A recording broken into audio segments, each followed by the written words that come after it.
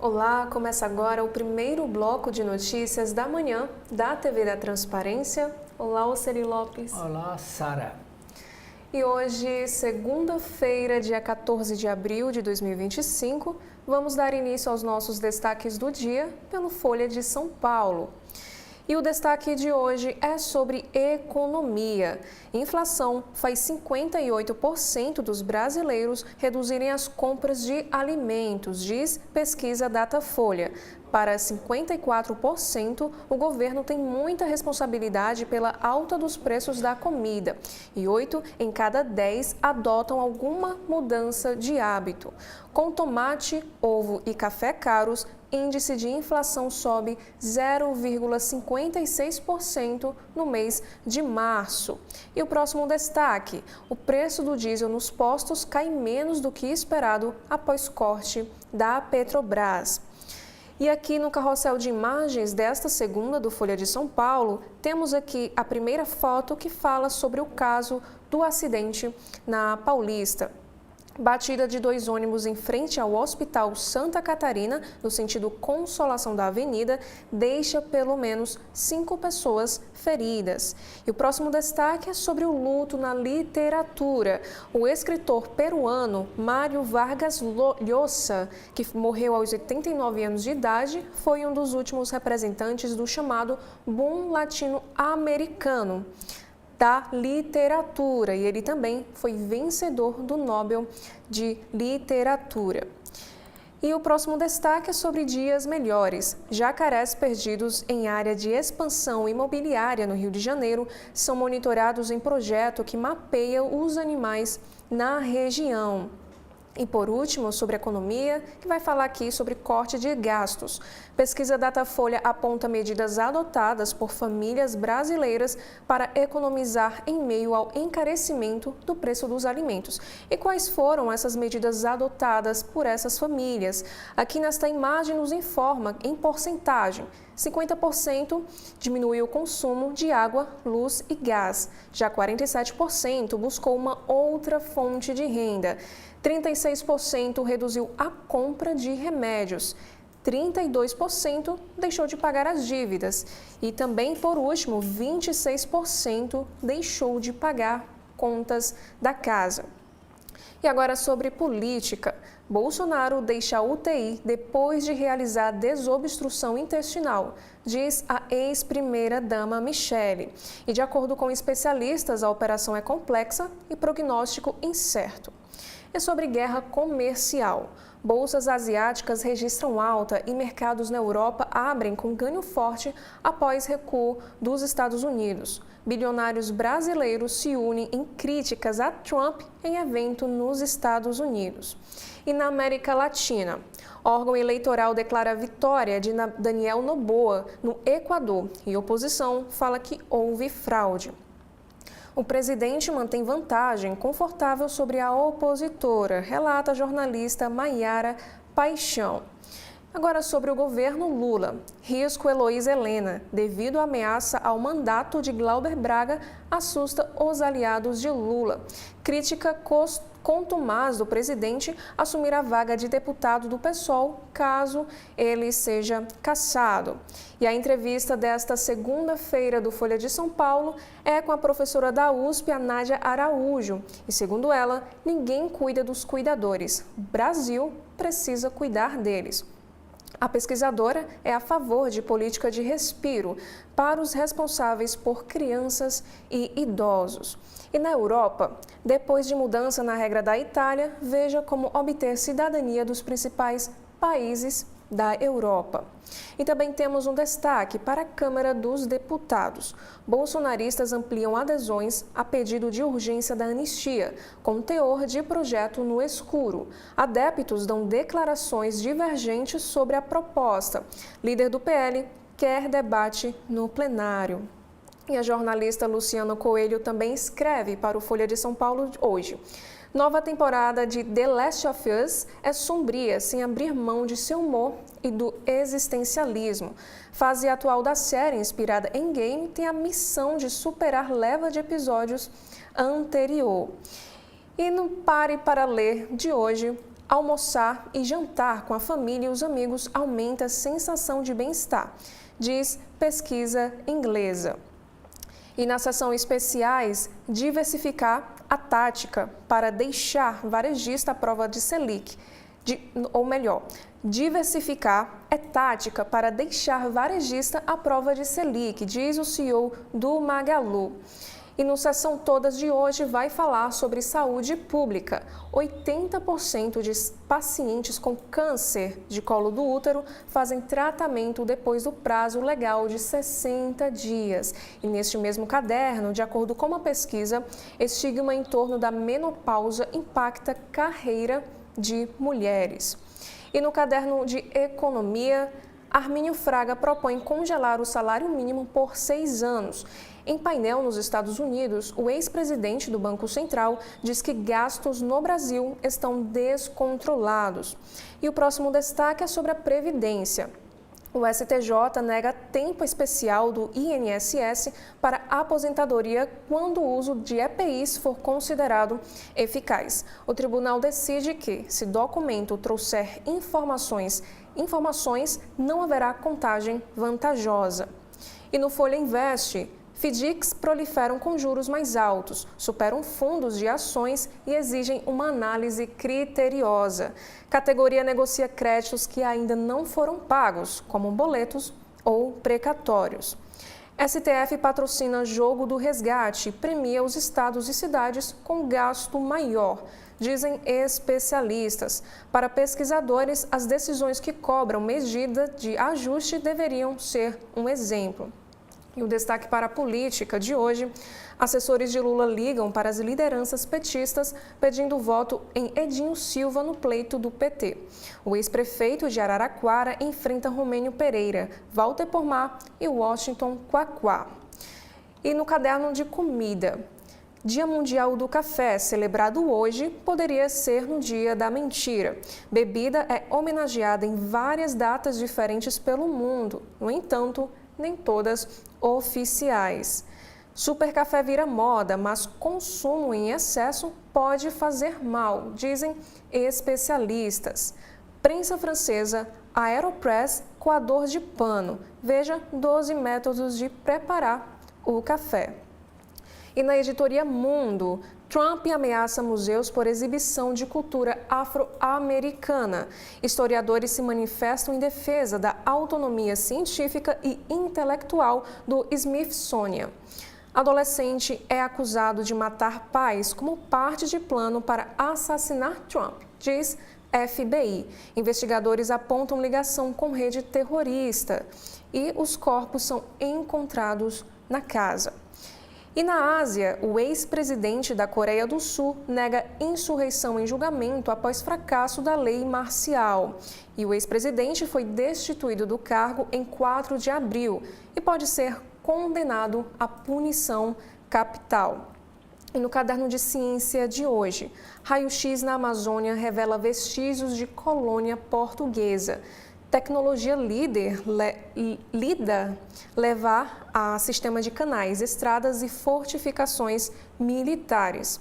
E sobre educação, pedidos de isenção da taxa no Enem 2025 começam nesta segunda-feira, hoje dia 14 de abril. E os beneficiados em 2024 que não realizaram a prova também podem apresentar justificativa. E por último, no caderno de cultura desta segunda-feira, temos aqui o primeiro destaque sobre artes plásticas. Carlos Ilho questiona o sentido político da arte com acidez e ironia em mostras em São Paulo e Rio de Janeiro. Apoio da Netflix à Cinemateca Brasileira ressalta desafios de setor negligenciado no país. E por último, no Multitela, Flow, premiado no Oscar, e documentário sobre Diddy, o que assistir nesta segunda-feira. Oceli, o que nós temos de destaque na capa do jornal O Estado de São Paulo? Temos uma matéria exclusiva do Estadão que fez um levantamento sobre emendas parlamentares que são enviadas pelos deputados e senadores para estados pelos quais eles não foram eleitos. Diz assim: parlamentares repassam 550 milhões de reais em emendas parlamentares para outros redutos, diferente dos estados deles. O valor é referente aos últimos 4 anos. Prática contraria argumento de vínculo com as bases eleitorais, usada por políticos, e levanta dúvidas sobre efetividade do uso do dinheiro público. 252 milhões de reais é a soma dos repasses interestaduais, só no ano passado. Bancada do Distrito Federal lidera. Alerta global: cortes de Donald Trump devem mudar o mapa das ciências pelo mundo. Reduções bilionárias abrem espaço para a China crescer. Pesquisas brasileiras já sofrem com a falta de verbas. E esta foto no alto da capa, em destaque, aqui em São Paulo. Aqui é o Largo da Batata. E diz assim: o hype do Largo da Batata, a moda do Largo da Batata, colado na Avenida Faria Lima, o entorno do Largo da Batata, na zona oeste de São Paulo, está na mira das construtoras, com lançamentos que podem chegar a 21 mil o metro quadrado. A valorização imobiliária da região, no entanto, ainda não atingiu o ápice. Lá, o metro quadrado construído está sendo cobrado a 21 mil reais. Aqui na Beira-Mar já se fala o metro quadrado a 22 mil reais é o preço. Mas a manchete do Estadão é sobre contas públicas. Juros de títulos públicos batem patamar do governo Dilma Rousseff. Faz 4 meses que o governo Lula vende títulos da dívida pública com vencimento em aproximadamente 10 anos, a uma taxa real, descontada a inflação, acima de 7%. É o mesmo patamar registrado durante as crises políticas, econômicas e institucionais do segundo governo de Dilma Rousseff entre 2015 e 2016. Desta vez, segundo analistas, o índice reflete a descrença em relação à política fiscal.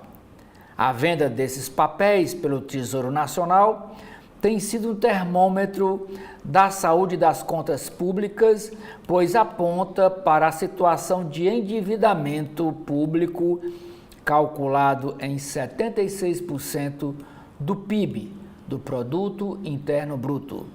As altas taxas também prejudicam o investimento de empresas. O índice serve como referência para outros investimentos no mercado. Procurados, Tesouro Nacional e o Ministério da Fazenda não se manifestaram. Sobre contas públicas, uma matéria secundária que diz o seguinte: o Supremo Tribunal Federal exclui o Judiciário do arcabouço fiscal. A decisão, por unanimidade, pode dificultar a gestão fiscal do governo e abre precedente ruim. No ano passado, as receitas próprias do Judiciário fecharam em 2 bilhões de reais. E agora, esse montante, essa estimativa, vai ficar de fora dos cálculos do arcabouço fiscal, que mede a inflação, as metas de receitas e despesas do governo federal. Morre o escritor Nobel de Literatura Mário Vargas Llosa aos 89 anos. O peruano morreu em Lima, capital do Peru, e a causa não foi revelada. Escritor, foi colunista do Estadão até fevereiro do ano passado. Ex-presidente Bolsonaro passa por cirurgia e termina após 12 horas de operação. Na América Latina, o conservador Daniel Noboa é reeleito no Equador.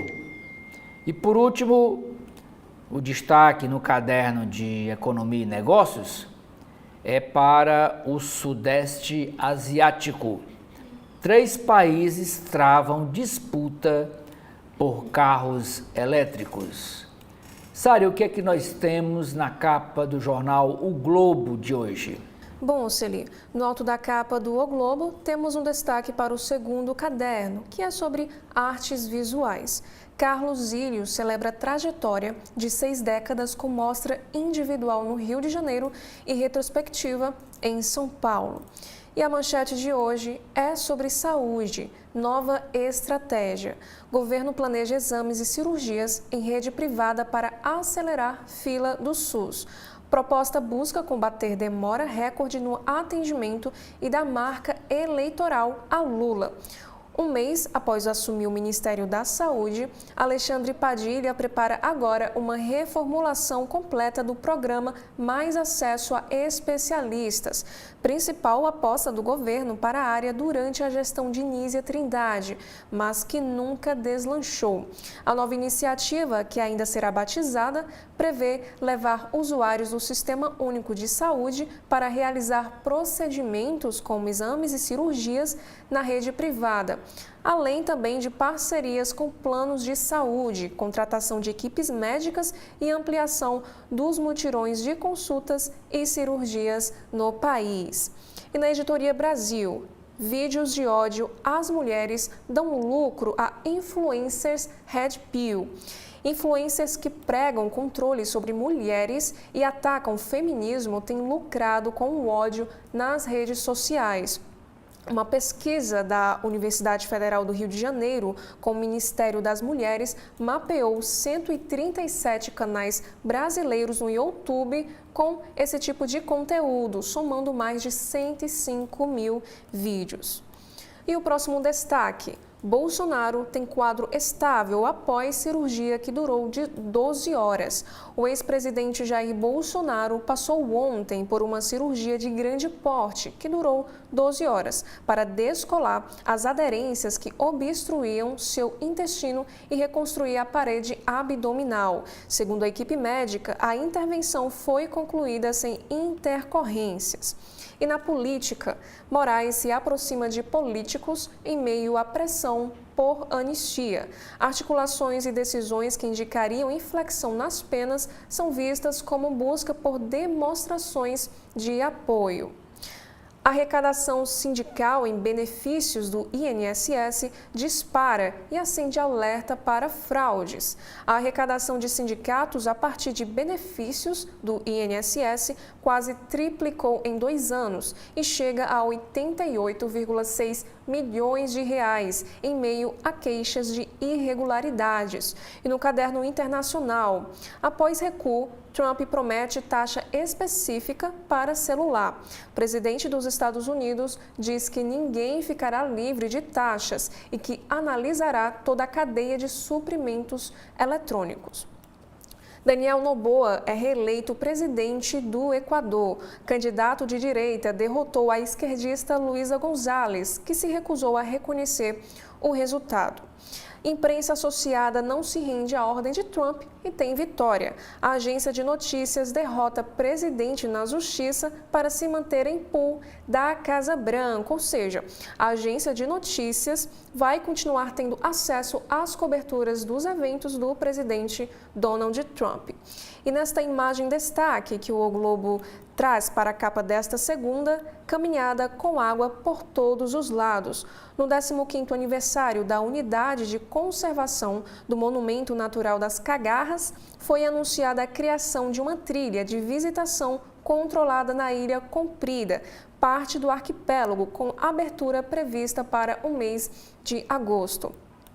E aqui na imagem também nós temos uma homenagem a Mário Vargas Llosa, que morreu aos 89 anos de idade, um gigante da literatura e da liberdade. Prêmio Nobel de Literatura em 2010, o peruano Mário Vargas Llosa combinou realismo cru e retratos da luta pela liberdade individual na América Latina, com ativa militância política.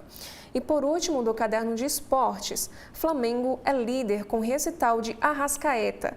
Em tarde inspirada, Arrascaeta marca 2 vezes e o Flamengo vence o Grêmio por 2-0 em Porto Alegre. Com 7 pontos, o time assumiu a ponta da tabela. E por último, ainda sobre esportes, Flu vence o Santos nos acréscimos. Samuel Xavier marca para o tricolor em jogo apagado de Neymar. Oceli, quais são os destaques do Correio Brasiliense desta segunda? Correio Brasiliense, Sara, traz como manchete essa cirurgia que o ex-presidente Bolsonaro passou. Bolsonaro passa por delicada cirurgia.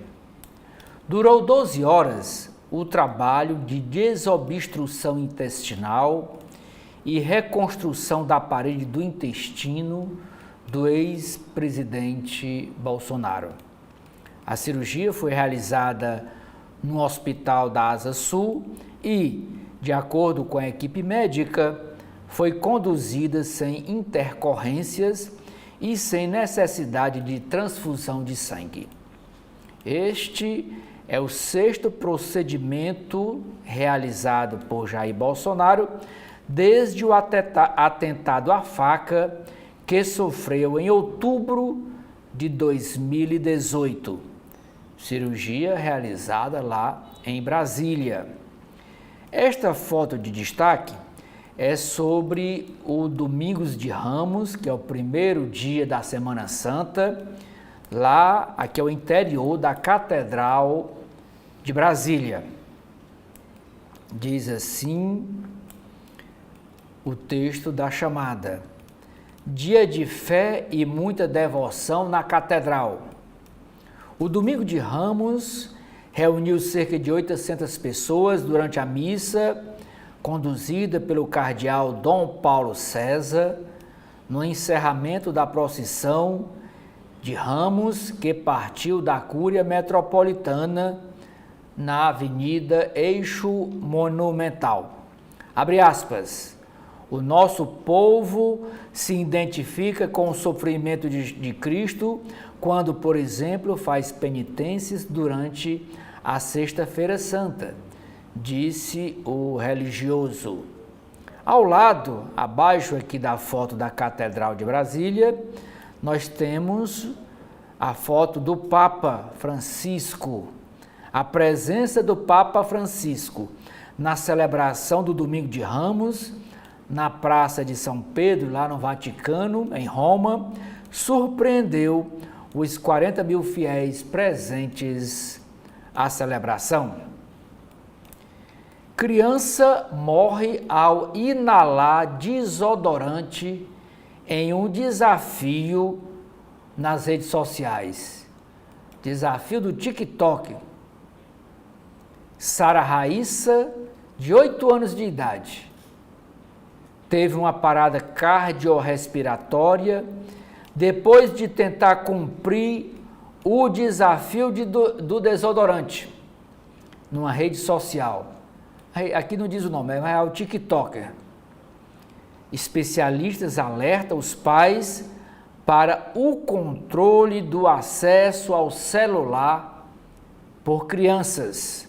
E a Raiz, com 8 anos, participando de desafio nas redes sociais.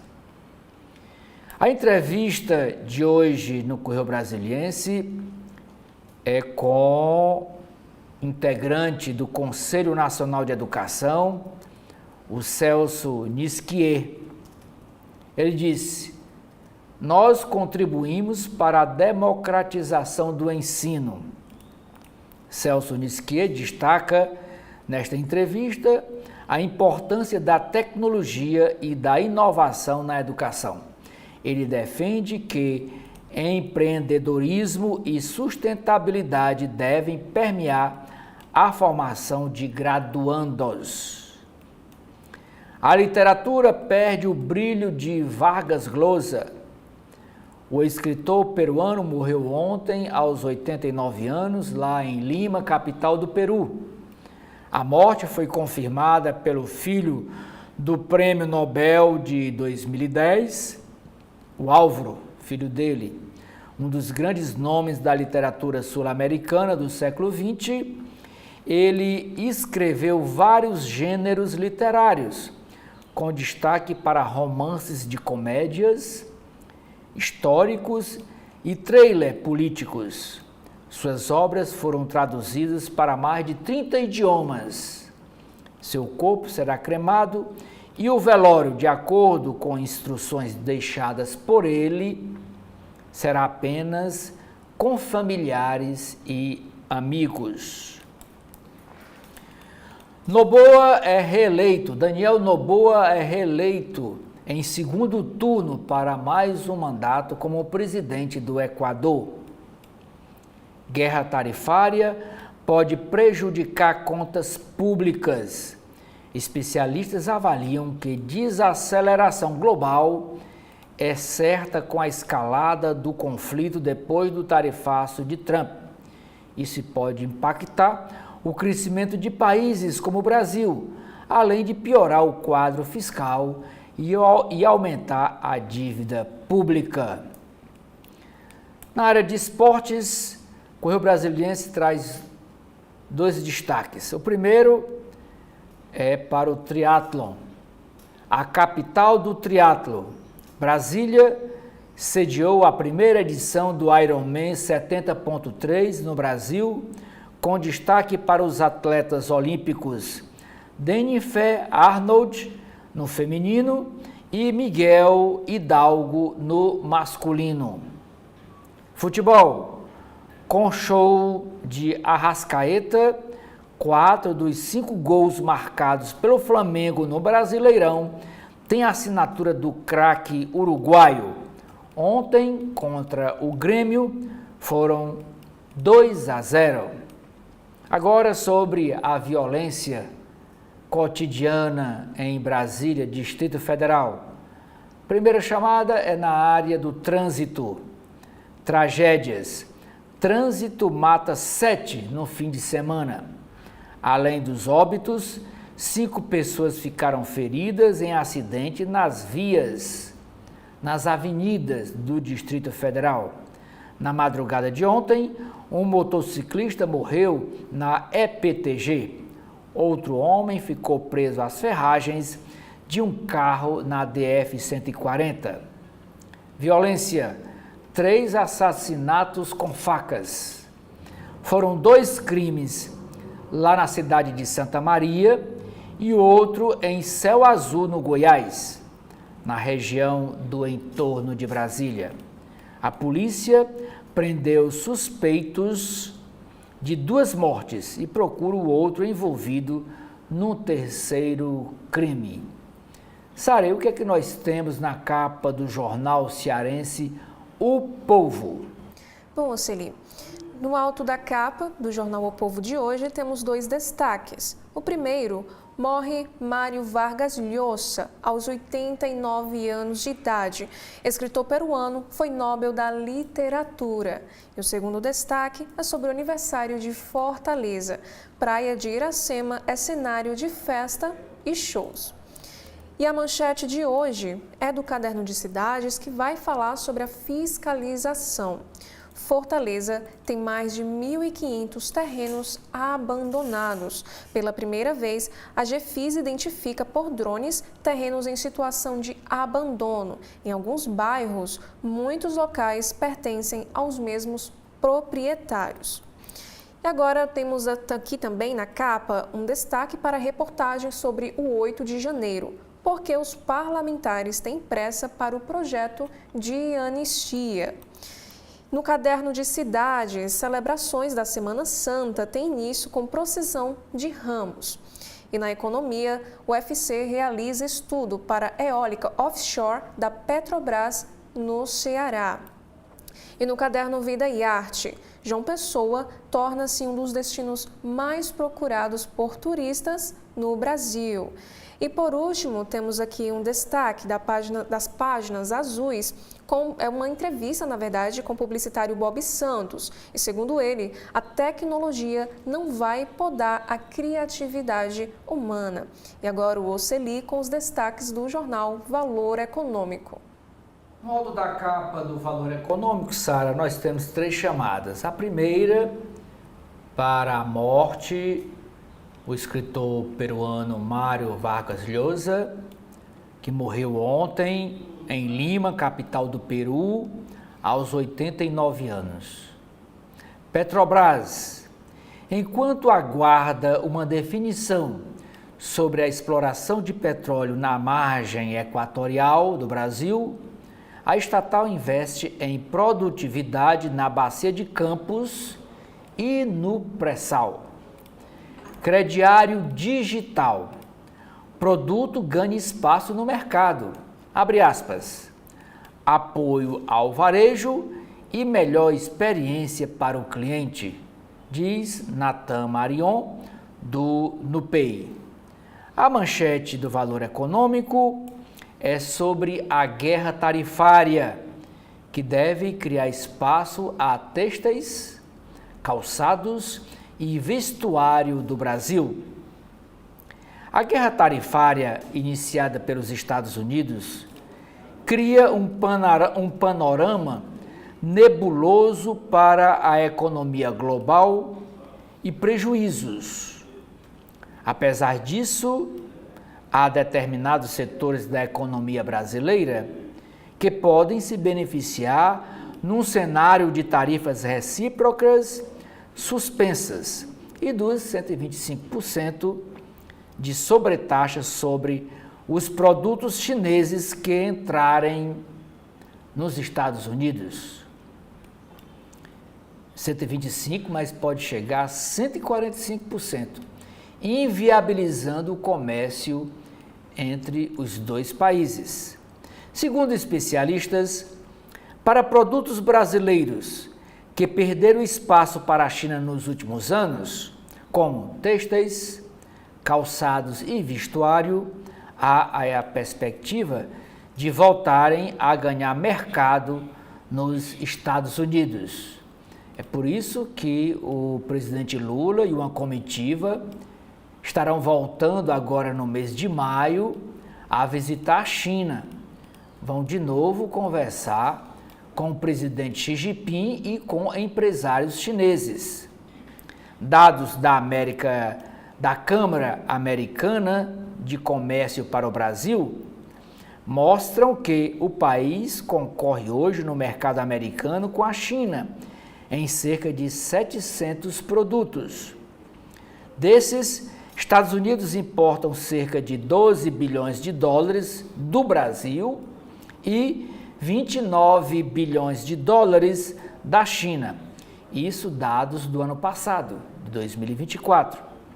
Abraão Neto, CEO da entidade, que é a Câmara Americana de Comércio para o Brasil, avalia que, além de vestuário e calçados, máquinas e equipamentos, alguns químicos e produtos da construção civil são possíveis beneficiários. Em 2024, o Brasil exportou o equivalente a 40,3 bilhões de dólares para os americanos. As tarifas de Trump ocorrem no período em que o comércio entre Brasil e Estados Unidos está em um de seus melhores momentos. Após crescerem em 2024, as exportações brasileiras para os Estados Unidos aumentaram 6,6% no primeiro trimestre deste ano, recorde para o período, segundo o CEO Abraão Neto. Foram 20 bilhões de dólares em exportações no intervalo, puxados pela indústria de transformação, um dos setores mais atingidos pelas tarifas do governo Trump. As exportações industriais alcançaram 7,8 bilhões de dólares no primeiro trimestre, mais de um terço do total. Dentre os principais produtos estão aeronaves, teve uma alta de 14,9%, suco de laranja aumentou em 70,4% a venda do Brasil para os Estados Unidos, óleos comestíveis 42,1%, café não torrado 34%, foi o aumento da venda para os Estados Unidos do café não torrado, e semi-acabados de ferro ou aço, foi 14,5% o aumento. Em reportagem publicada ontem, o jornal Financial Times detalha como a guerra comercial entre Estados Unidos e China pode favorecer o setor agrícola brasileiro. Com a China buscando alternativas aos produtos americanos, o Brasil expandiu sua participação como fornecedor de alimentos para Pequim, abrangendo desde soja até carne bovina. A venda de carne de aves para a China cresceu 19% no primeiro trimestre deste ano, segundo a Associação Chinesa de Importações. Ainda sobre essa guerra tarifária, o presidente Donald Trump diz que pode retomar taxas sobre eletrônicos. O presidente americano voltou a falar sobre tarifas ontem, ao afirmar que ninguém vai se safar das balanças comerciais injustas e das barreiras tarifárias não monetárias que outros países usaram contra os Estados Unidos, especialmente a China. A declaração foi feita em sua plataforma de mídia social após o secretário do Comércio dos Estados Unidos ter dito que smartphones e outros produtos eletrônicos importados da China ainda estarão sujeitos a tarifas. A fala representa um golpe nas expectativas de alívio para grandes empresas de tecnologia como a Apple, a Nvidia e a Microsoft. No fim de semana, o governo havia excluído smartphones e equipamentos para a fabricação de chips e certos computadores das tarifas recíprocas. Os comentários devem gerar ainda mais incertezas em Wall Street nesta segunda-feira, dia 14 de abril. Superávit em 2026, próximo ano, provoca ceticismo entre economistas. O Valor Econômico, junto com a revista Marie Claire, que é do Grupo Globo, os dois, de vez em quando, eles fazem um café com CEOs, que debate determinados temas. E o último Café com CEO debateu a menopausa e o empreendedorismo, que a foto, esta primeira aqui, é a apresentadora do podcast Café com as CEOs, Fernanda Lima, e essa de azul é a médica Carolina Ambrogini. Elas defendem a realização de um debate intenso sobre a menopausa para que a sociedade entenda o que se passa com as mulheres durante esse período e assim elas passem a receber mais apoio. Bolsonaro passa por cirurgia de 12 horas lá em Brasília, depois de passar mal no Rio Grande do Norte.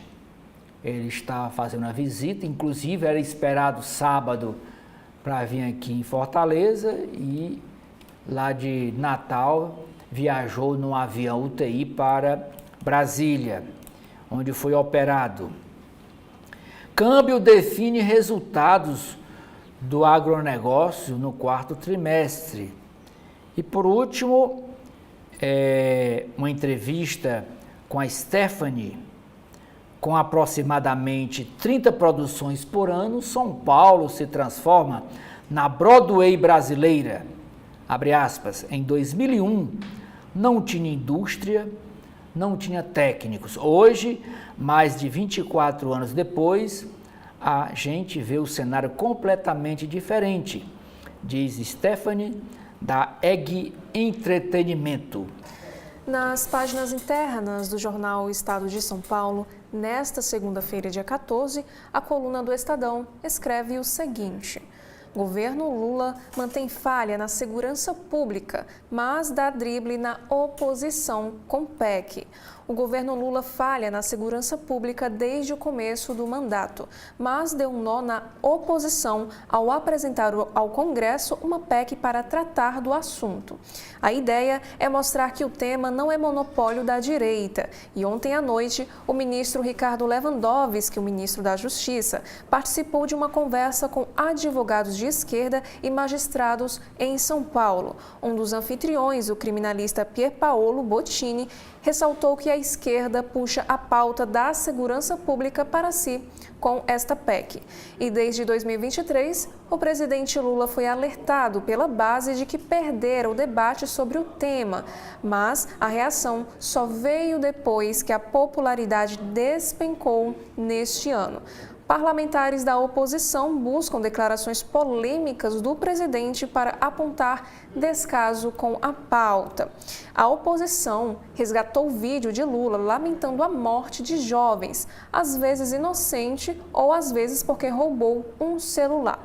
O petista passou a dizer que não permitiria que o país virasse república de ladrão de celular. E a coluna do Estadão também escreve sobre imigração aqui no país.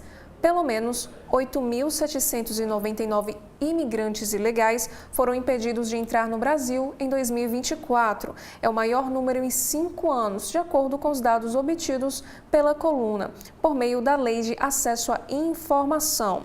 E no ano passado, o país passou a restringir a entrada sem visto, após a Polícia Federal identificar que o Brasil se tornou uma rota para o tráfico de pessoas.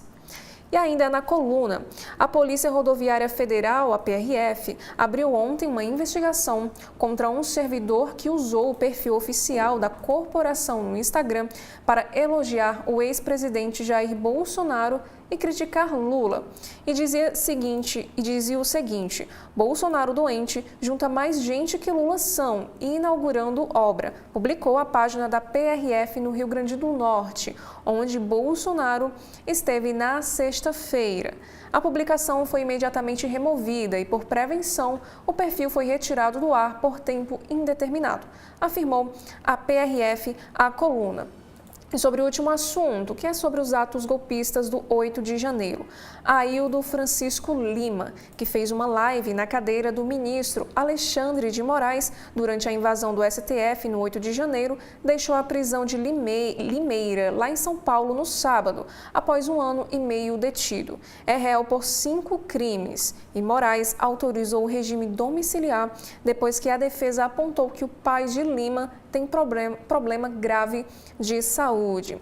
Já na página dos editoriais, o primeiro texto dispara a preocupação com a economia. Pesquisas mostram que a carestia mudou a percepção dos brasileiros sobre o principal problema do país e que 67% estão frustrados com Lula. Resultados ilustram um governo perdido. E o segundo texto, responsabilidade fiscal de mentirinha. Proposta de Lewandowski para excluir do arcabouço fiscal os gastos com segurança é a ideia típica de governos preguiçosos. Governar é estabelecer prioridades e gerir bem recursos escassos. Agora no caderno de política, a primeira matéria é sobre o Congresso. Parlamentares enviam 550 milhões de reais em emendas para fora de reduto em 4 anos. O STF tenta coibir a prática, que contraria o argumento de que o crescimento dessas verbas se justificaria pela adaptação às demandas locais. Especialistas apontam falta de critérios. E o texto dessa matéria nos informa o seguinte: deputados federais e senadores destinaram mais de 550 milhões de reais em emendas parlamentares para estados diferentes daqueles pelos quais foram eleitos nos últimos 4 anos. Somente no ano passado, em 2024, os repasses interestaduais somaram cerca de 252 milhões de reais. A prática, na avaliação de especialistas ouvidos pelo jornal O Estadão, contraria o argumento frequentemente usado pelos próprios parlamentares de que o crescimento dessas verbas se justificaria pelo vínculo com suas bases eleitorais e pelo conhecimento das demandas locais, e também levanta dúvidas sobre a transparência dos recursos, o controle dos repasses e a efetividade do uso desse dinheiro. E embora não seja legal, o repasse interestadual entrou no radar do Supremo Tribunal Federal. Em agosto de 2024, o STF proibiu esse tipo de destinação para emendas individuais do tipo PIX, uma modalidade que permite a transferência direta de recursos públicos sem exigência de justificativa prévia ou fiscalização antecipada. E esse levantamento inédito, realizado em parceria com a plataforma central das emendas, levou em conta apenas as emendas individuais. E no último ano, foram 252 milhões de reais em dinheiro público destinados por congressistas a estados diferentes de suas bases de origem. As bancadas do Distrito Federal e da Bahia lideraram esse movimento, com 39 milhões de reais e 31 milhões de reais, respectivamente, enviados para fora de seus redutos eleitorais. E de acordo com o ranking, São Paulo foi o estado mais beneficiado em 2024, com um total de 87 milhões de reais, seguido por Goiás. E a próxima matéria é sobre o ex-presidente Jair Bolsonaro. O ex-presidente é operado para desobstruir intestino. Bolsonaro foi operado ontem no centro cirúrgico do Hospital Distrito Federal Star, em Brasília. Ele passou por um procedimento de desobstrução no intestino que durou 12 horas. Entrou no centro cirúrgico às 9 horas e saiu às 21 horas. A previsão inicial era que a cirurgia durasse 6 horas. Segundo o boletim médico do hospital, divulgado às 21h42, Bolsonaro foi submetido a uma cirurgia de estendalise de aderências e reconstrução da parede abdominal. E o procedimento é de grande porte, teve duração de 12 horas. Ocorreu sem intercorrências e sem necessidade de transfusão de sangue, disse a nota. E sobre a próxima matéria, é sobre a Operação Copia e Cola. Oposição pede anulação de contrato em Sorocaba. O vereador Raul Marcelo, do partido PSOL, pediu, por meio de um requerimento na sexta-feira, que a gestão Rodrigo Manga, que é do Partido Republicanos, prefeito de Sorocaba, também conhecido como prefeito TikTok, anule imediatamente o contrato com o Instituto de Atenção à Saúde e Educação.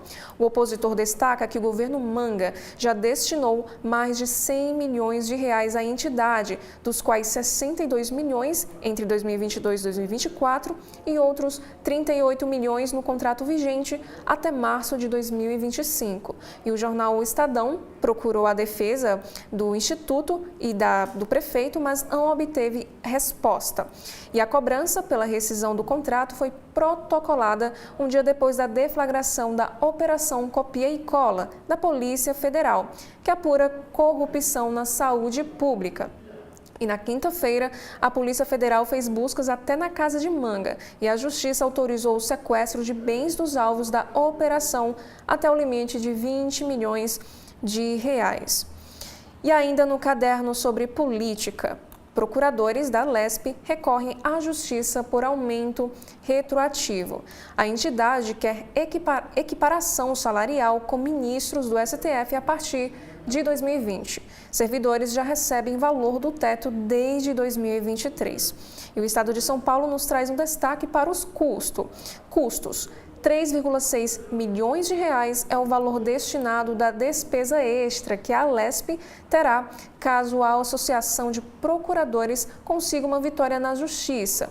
A ação está na 16ª Vara da Fazenda de São Paulo e contempla pelo menos 20 servidores. E agora vamos para o caderno internacional do Estado de São Paulo. E a primeira é sobre a eleição equatoriana. Conservador vence segundo turno com folga e é reeleito presidente do Equador.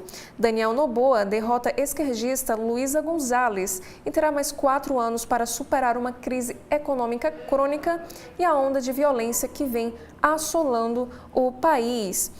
A dolarização, que completa 25 anos, limita a capacidade do governo de fazer política monetária.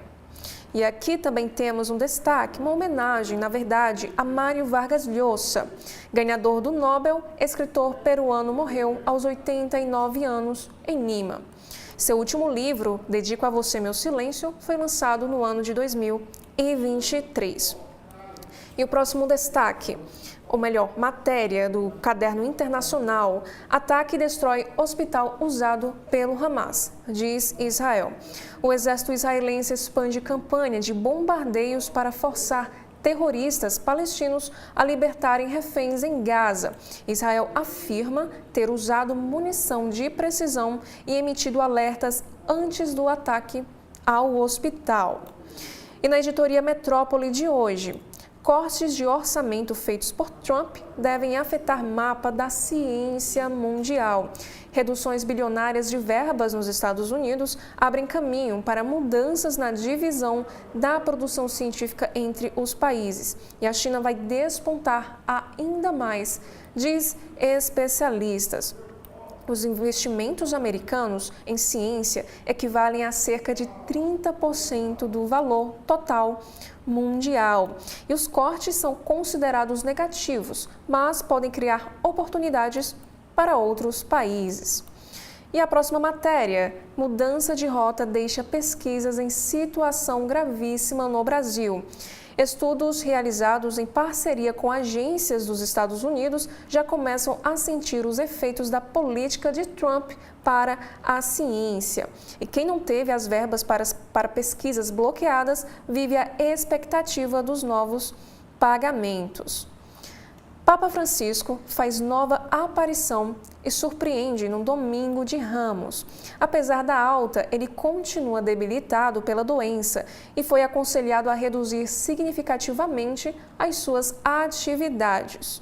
Aqui nós temos a imagem do Papa fazendo a sua nova aparição pública ontem, no domingo de Ramos. Trabalho de presos ajuda a arcar com estadia na cadeia.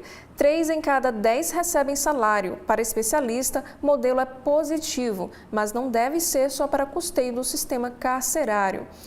Estado tem 28,1 mil detentos e destes, 8.392 trabalham, ou, no caso, 30%. E no Brasil, a média é de 23,8%. Agora, no caderno de esportes, São Paulo continua sem vencer no Brasileiro e sai de campo sob vaias. Equipe tricolor marcou pela primeira vez na competição, mas Cruzeiro empatou. Torcida pede troca do técnico, mas diretoria afirma que Zubeldia será mantido.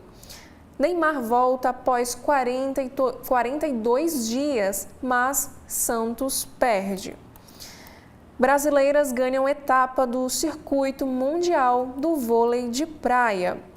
Com título inédito, Alcaraz se torna o número 2 do ranking. E no caderno de Economia e Negócios do Estado de São Paulo, há 4 meses, juros de títulos públicos batem patamar do governo Dilma. Papéis com vencimento aproximado em 10 anos têm sido vendidos com taxa real média acima de 7% desde dezembro, sinalizando endividamento público alto. E no caso, quanto maior a taxa dos papéis, maior o sinal de que o mercado não vê melhora do quadro fiscal. Mercado teme que governo mire eleições e deixe ajuste fiscal de lado. Tensão criada por tarifaço do presidente americano também afeta juros de títulos que vencem no curto prazo. E no caso, o Estado de São Paulo nos traz um destaque sobre efeito reduzido, que o pacote de corte de gastos apresentado pelo governo foi visto como aquém do necessário por analistas. STF manda excluir verbas do Judiciário do limite de gastos do arcabouço fiscal. Analista considera que medida definida pelo Supremo cria precedente ruim para exceções na regra fiscal. E o governo diz que terá de compensar a exceção com aumento de receitas ou corte de outras despesas. E a próxima matéria, ainda neste mesmo caderno, fala sobre empresas. Minoritários pressionam por eleição na Eletrobras. Desde a posse de Trump, bolsas nos Estados Unidos já perderam 8 trilhões de dólares. Mais da metade dessa desvalorização veio depois do anúncio das tarifas recíprocas, com temor de uma recessão global. Em relação à bolsa brasileira, aqui no Brasil, a B3 encolheu 141,8 bilhões de reais em valor de mercado entre os dias 2 e 10 deste mês. E por último, setor de tecnologia puxa quedas nas bolsas. Grupo que reúne Apple, Microsoft, Nvidia, Amazon, Alphabet, Meta e Tesla responde por 43% das perdas do ano. E o secretário de Comércio fala em novas tarifas para o setor de tecnologia em 1 ou 2 meses. E agora eu convido o Oceli para apresentar as páginas internas do jornal O Globo de hoje. Sara, eu começo nas páginas internas do Globo pela página de editoriais. E o primeiro editorial diz o seguinte: combate à violência escolar exige maior engajamento. De 1.800.000 professores da rede pública, apenas 7.500 realizaram treinamento do MEC para lidar com o problema, com a violência escolar. Diz o texto deste editorial. Depois dos casos graves de violência nas escolas em 2023, o Ministério da Educação, o MEC, criou um programa de treinamento à distância para professores. A intenção era prepará-los para enfrentar situações difíceis dentro e fora das salas de aula. Foram oferecidos 5 cursos a 1,8 milhão de docentes, mas apenas 5.581, menos de 0,05%, participaram do programa de acordo com o ambiente virtual de aprendizagem do MEC.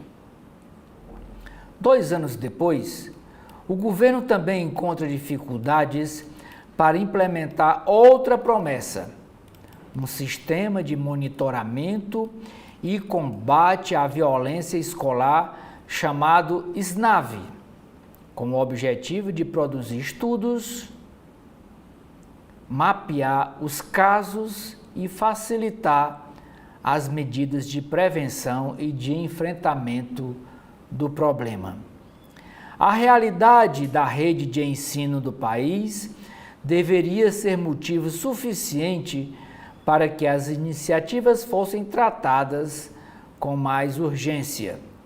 Elas foram precipitadas por um dos casos de maior repercussão ocorridos em São Paulo em março de 2023, quando um ataque à faca matou uma professora e deixou 4 feridos. O agressor tinha 13 anos. Em novembro do ano anterior, um aluno atacara a tiros 2 escolas em Coqueiral de Aracruz, litoral norte do Espírito Santo, matando 4 pessoas, entre as quais 3 professoras, e ferindo 12. Em dezembro, um garoto de 10 anos foi agredido em Ibatiba, Espírito Santo. Hospitalizado com uma vértebra quebrada, terminou morrendo. Entre 2001 e 2024, foram identificados 42 ataques violentos em escolas, 27 dos quais de março de 2022 a dezembro de 2024, de acordo com o estudo coordenado pelas pesquisadoras Thelma Vinha e Cléo Garcia, da Unicamp. Só em 2023 ocorreram 12 episódios. No final daquele ano, o MEC divulgou um levantamento contando 164 vítimas, 49 delas fatais. Em 2024, o número de episódios caiu para 5, em boa parte como resultado do canal de denúncias lançado pelo Ministério da Justiça. Isso não significa que os riscos tenham desaparecido. Por mais que pais e educadores tomem precauções, jovens têm acesso livre às redes sociais. O perigo que, nas gerações passadas, os rondava nas ruas, eles agora o encontram dentro do próprio quarto. No Guarujá, na Baixada Santista, em São Paulo, vídeos de agressões entre alunos do Colégio Dom Domênico chamaram recentemente a atenção ao circular pelas redes sociais. No início deste ano, de 2025, o Santa Cruz, Colégio Paulistano de Elite, suspendeu 34 estudantes do 2º e 3º anos do ensino médio por manterem no WhatsApp um grupo com apologia ao racismo, ao antissemitismo, homofobia e misoginia. A violência escolar e a influência perversa das redes sociais também voltaram a ganhar atenção com o sucesso da série Adolescência, da Netflix. Há nesse tipo de ataque muitos crimes por imitação, cometidos depois de casos de grande repercussão. É por isso fundamental que as autoridades, educadores e imprensa tenham sensibilidade ao lidar com esse tipo de notícia. Os veículos do Grupo Globo seguem normas rigorosas definidas em seus princípios editoriais. A baixa adesão dos professores ao programa de treinamento não pode paralisar o governo. O MEC tem razão ao dizer que a agenda também depende de estados e municípios, mas o Ministério da Educação tem um dever de desempenhar papel de liderança. O tema precisa estar nas preocupações de governantes, educadores e famílias, diz o editorial do jornal O Globo, sobre esse tema de violência escolar.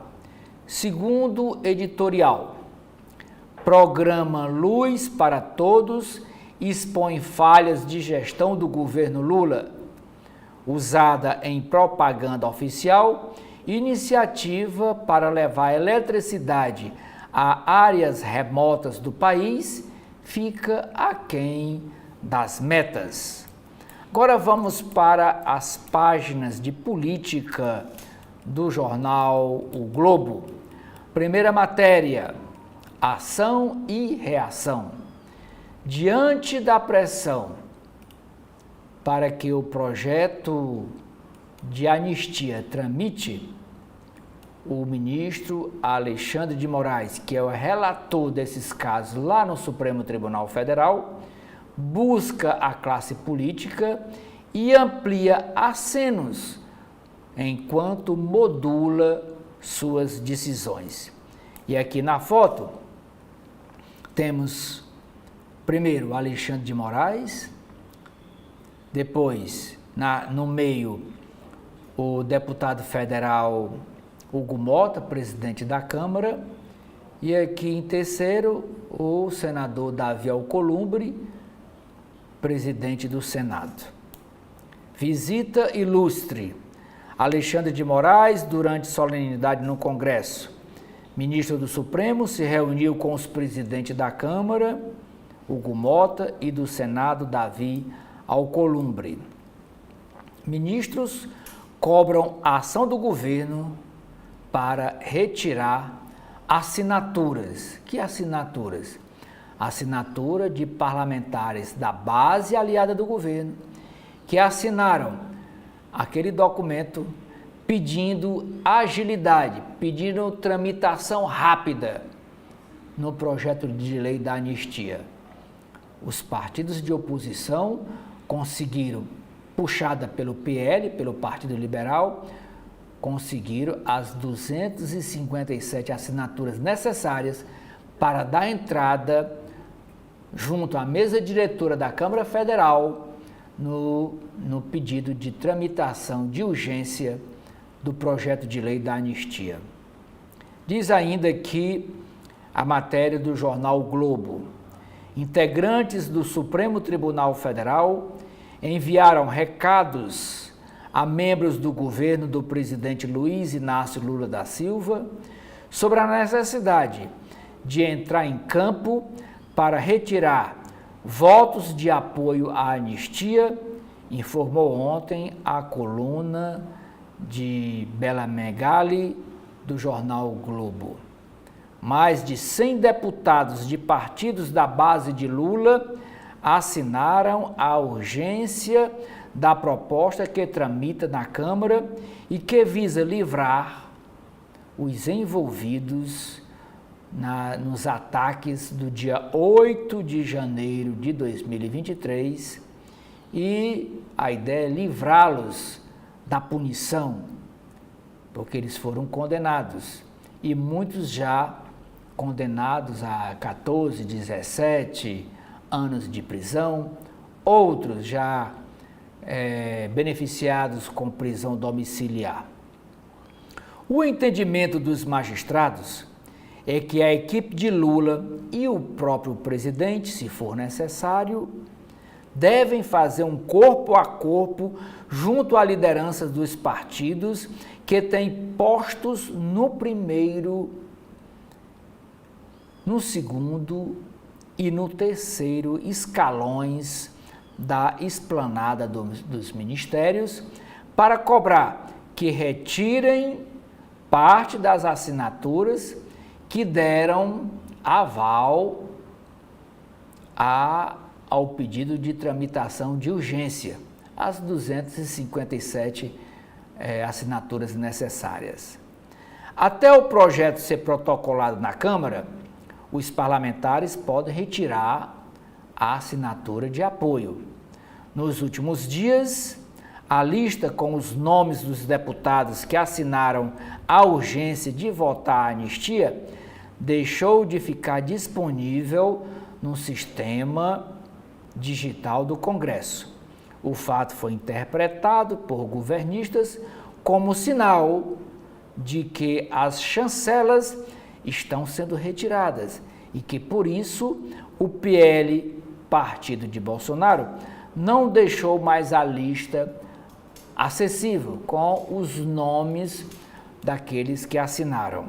Aqui do Ceará, 8 deputados federais assinaram o pedido de urgência em apoio à anistia dos que participaram dos ataques golpistas do dia 8 de janeiro de 2023.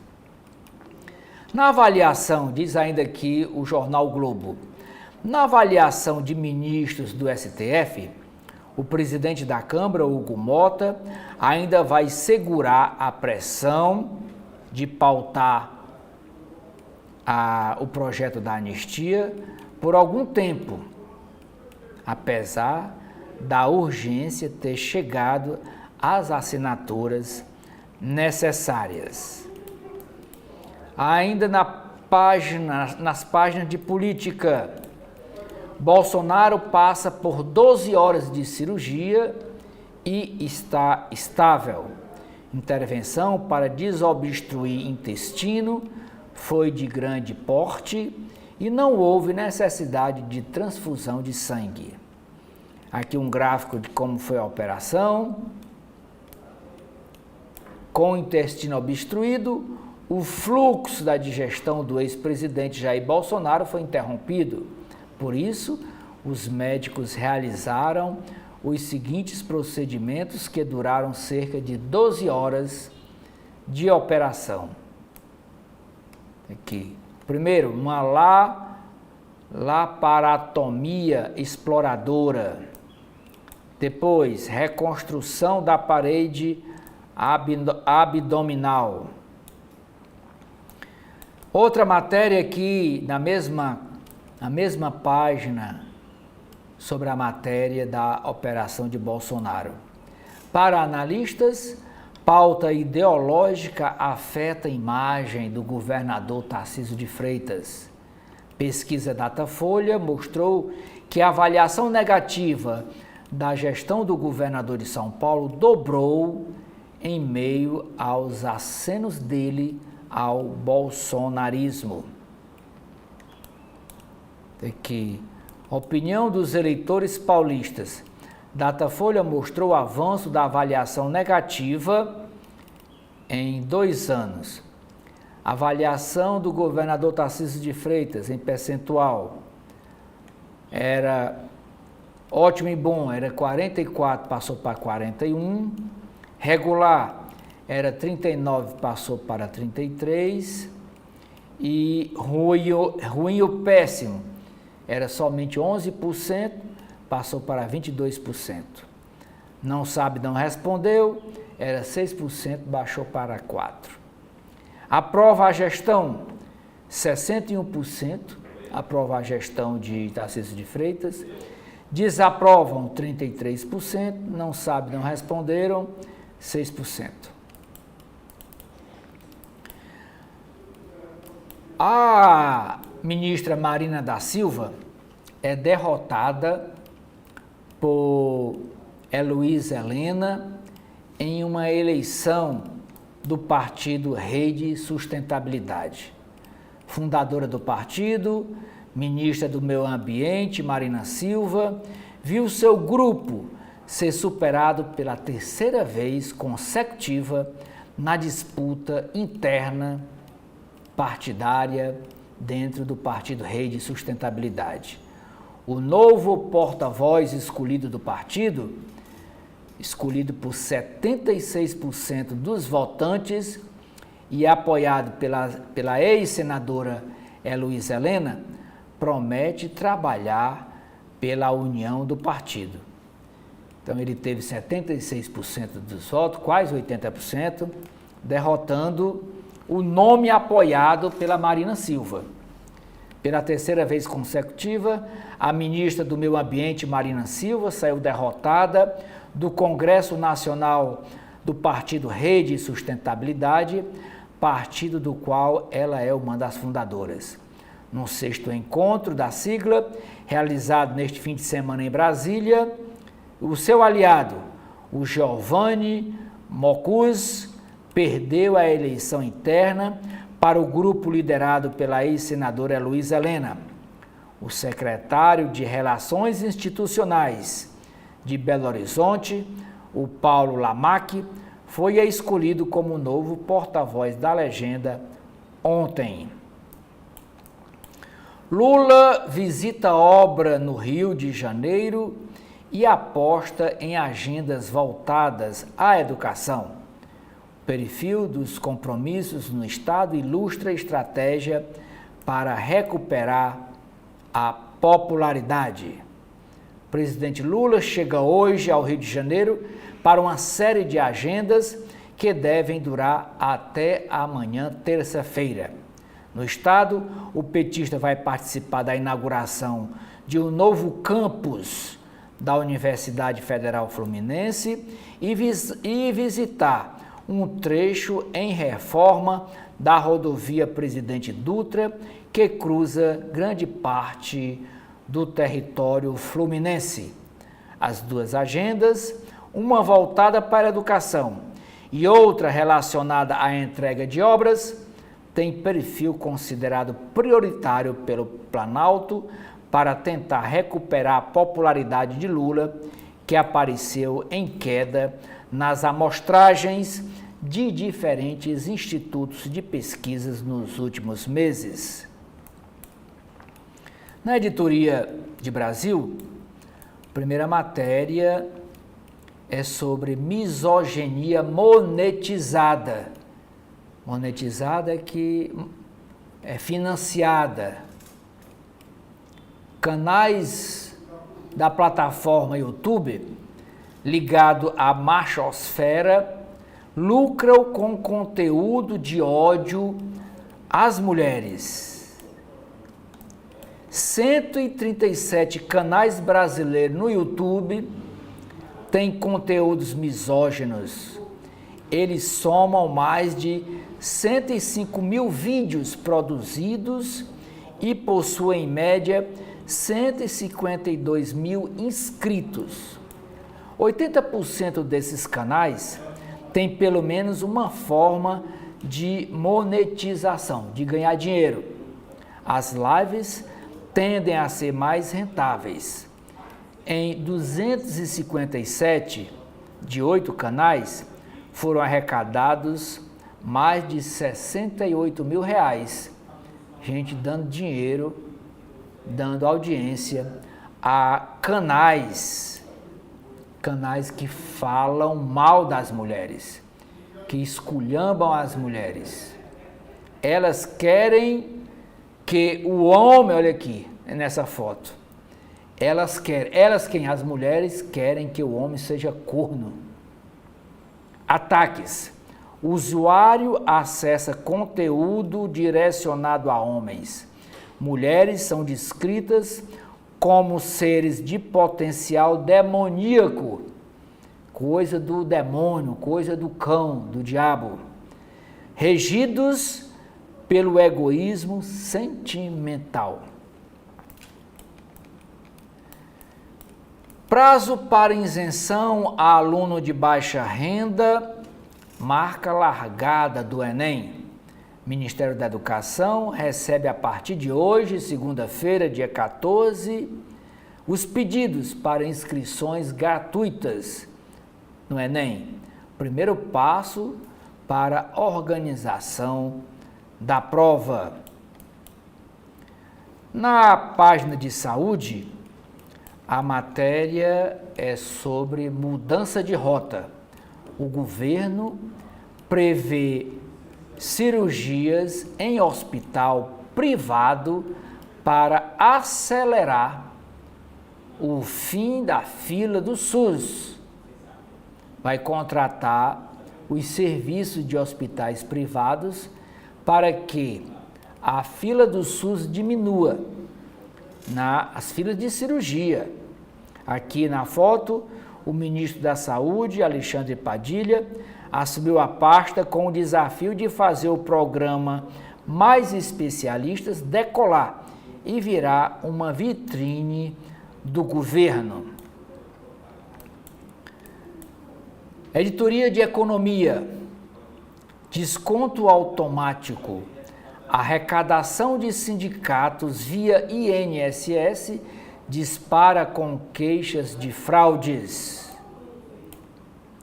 INSS disse não saber o motivo do aumento dos descontos associativos, que chegaram a 88,6 milhões de reais no ano passado, e que as queixas sobre o assunto são tratadas no âmbito da ouvidoria do órgão. Juros altos trazem mais calote. Vale comprar CDB, LCA e debêntures? Pergunta esta matéria do jornal o Globo. A Argentina enfrenta teste do fim do controle cambial. Trump diz que celular e computador terão nova tarifa. Após recuo, o presidente dos Estados Unidos afirma que ninguém ficará livre e que vai analisar toda a cadeia de suprimentos de eletrônicos para adotar uma taxa específica para essa área. Em comunicado, a China pediu eliminação da cobrança recíproca. E onde é que estava o presidente dos Estados Unidos sábado? Onde é que ele estava? Estava assistindo uma luta de UFC, o MMA. Olha aqui ele aqui, junto ao Elon Musk, que é a multidão, ele assistindo luta de MMA. Disputa também no octógono. Trump assiste a luta do UFC ao lado do bilionário Elon Musk, aqui o Elon Musk vestido aqui de preto, na Flórida, no sábado, pois ele saiu da Casa Branca, foi lá para a Flórida para assistir luta de octógono. Tem aqui a imagem. Na editoria de Cotidiano do Rio de Janeiro, a primeira matéria é Ecos dos anos de repressão. O Ministério Público Federal pede tombamento dos arquivos de tempos de ditadura militar abandonados no antigo IML. Está aqui toda a documentação. A história oficial. Inspeção no antigo prédio do IML localiza documentos que cobrem período de 1930 aos anos de 1980, depois da ditadura militar. Polícia Civil encerra festa de narcomiliciano em Caxias, na Baixada Fluminense. 9 suspeitos de integrar uma milícia na Baixada, associada à facção criminosa Terceiro Comando Puro, que é o TCP, foram presos durante a operação. Prefeito do município de Belfor Roxo responde a recado do crime.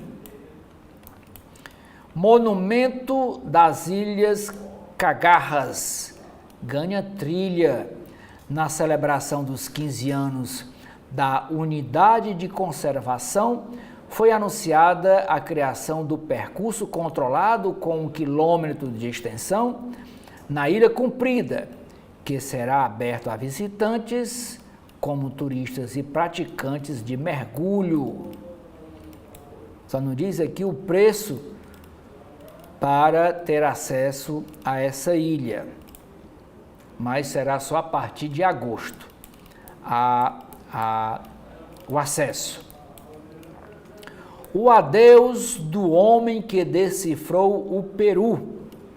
Escritor monumental, foi candidato à presidência de seu país e recebeu o Prêmio Nobel de Literatura em 2010. Mário Vargas Llosa. Ele morreu ontem aos 89 anos. Decifrada, a Associated Press enfrentou e venceu Trump. A agência conseguiu na justiça, agência de comunicação, Associated Press, ela conseguiu na justiça reintegrar o pool de imprensa da Casa Branca para cobrir os atos, as ações do governo. Uma inserção em cenário de capitulação. Órgão eleitoral do Equador declara a vitória de Daniel Noboa. Caderno de esportes. Recital do camisa 10. O jogador Arrascaeta marca 2 vezes. Flamengo supera o Grêmio e assume a liderança do Campeonato Brasileiro. O Fluminense apaga brilho de Neymar em vitória suada. E no segundo caderno do jornal Globo, a matéria principal é para uma mostra que está em cartaz com individual no Rio de Janeiro e uma retrospectiva em São Paulo. O artista Carlos Zílio repassa sua trajetória de mais de 6 décadas da arte política às atuais pinturas sobre o nada. Muitas vidas em 80 anos. Sara, o que é que nós temos nas páginas internas do jornal Correio Brasiliense de Brasília? Bom, Celi, no Correio Brasiliense, nas páginas internas, temos aqui um assunto sobre política. 2 pesos e 2 medidas. A disparidade no tratamento de processos de cassação ganhou novo fôlego com os casos de Chiquinho Brazão e Glauber Braga. O Conselho de Ética aprovou o processo de cassação de Glauber Braga. Por outro lado, preso desde março de 2024, o processo de Chiquinho Brazão segue parado. A cassação do mandato do deputado federal Glauber Braga, Partido PSOL do Rio de Janeiro, aprovada por 13 votos favoráveis e 5 contrários no Conselho de Ética da Câmara dos Deputados, intensificou a pressão sobre o presidente da Casa, Hugo Mota. A rapidez no andamento do processo chamou a atenção de especialistas, militantes e parlamentares do partido, que questionam as prioridades do parlamento e denunciam uma disparidade no tratamento dado a outros casos de cassação na Câmara. E na quinta-feira, a deputada Sâmia Bonfim, que também é esposa de Glauber, criticou a desproporcionalidade das decisões e cobrou Mota para que ele paute a votação sobre a cassação de Chiquinho Brazão, do Partido União do Rio de Janeiro, preso desde março de 2024 como suspeito de ser um dos mandantes do assassinato da vereadora Marielle Franco. E abre aspas, é absolutamente desproporcional a pena de perda de mandato. Temos parlamentares como Chiquinho Brazão preso há mais de 1 ano e até hoje o plenário da Câmara não teve a dignidade de pautar sua cassação, declarou. E antes da votação de Glauber na terça-feira, o presidente do parlamento chegou a se reunir com parlamentares do PSOL e indicou que, em breve, pautaria o caso Brazão como tentativa de equilibrar as decisões do parlamento. E em relação à greve de fome, o próprio Glauber Braga, que desde o início do processo já denunciava perseguição política e autoritarismo na condução dos trabalhos, reagiu com protesto e permaneceu no plenário 5 da casa, passando a dormir no local, dando início a uma greve de fome vigente até o fechamento desta matéria do Correio Brasiliense. E o deputado, de acordo com a assessoria, estaria ingerindo somente líquidos e foi assistido pelo Departamento Médico da Câmara com aplicações de soro e atendimentos periódicos. Ismael Lopes, amigo pessoal de Glauber, denunciou que o parlamento estaria usando de manobras para viabilizar a votação no Conselho de Ética. Ele relatou que a abertura da ordem do dia, que normalmente começa às 16 horas das quarta-feiras, foi segurada até às 18 horas e 30 minutos, o que permitiu o encerramento do processo de cassação de Glauber no Conselho.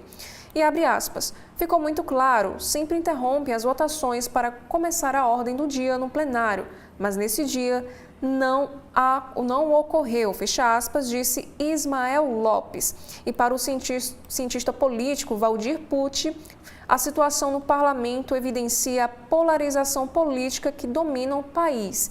E ele criticou a falta de sintonia da Câmara com as demandas da sociedade. Abre aspas, as prioridades da Câmara não estão em sintonia com as prioridades e os problemas essenciais do Brasil. Cabe ao presidente Hugo Mota fazer um freio de arrumação nessa questão. Fecha aspas, opinou. E o Correio Brasiliense também abre aqui um destaque para o caso Brazão nesta mesma matéria.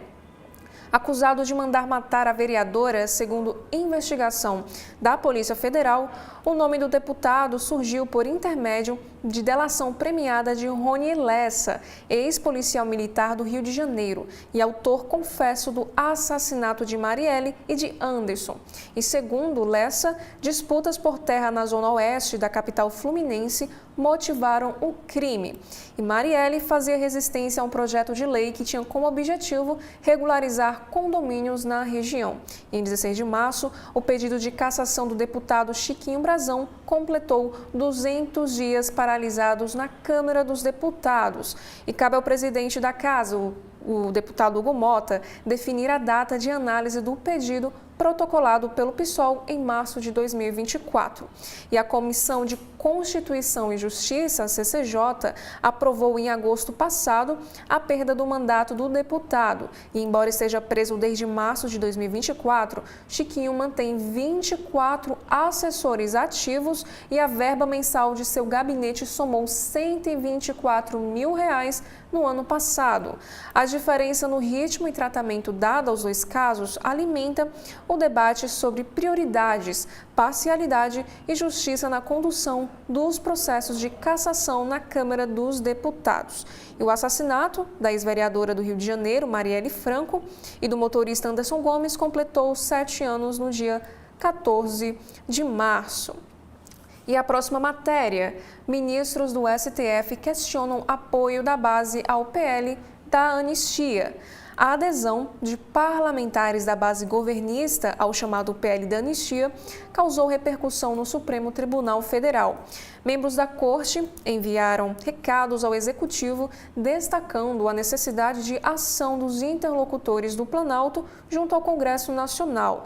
Mais de 100 parlamentares da base aderiram ao pedido de urgência da proposta em tramitação. Esse projeto visa livrar os envolvidos no 8 de janeiro das punições impostas pelo Judiciário.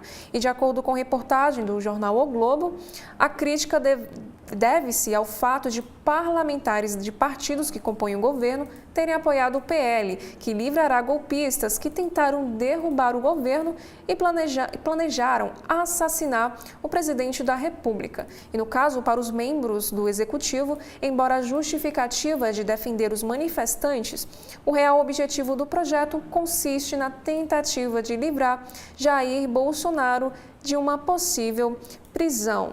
E estes foram os principais destaques dos jornais do nosso país. Já gostaríamos de agradecer pela sua audiência até aqui e convidá-los mais uma vez para que você acompanhe a programação completa da TV da Transparência. Muito obrigada mais uma vez. Muito obrigado.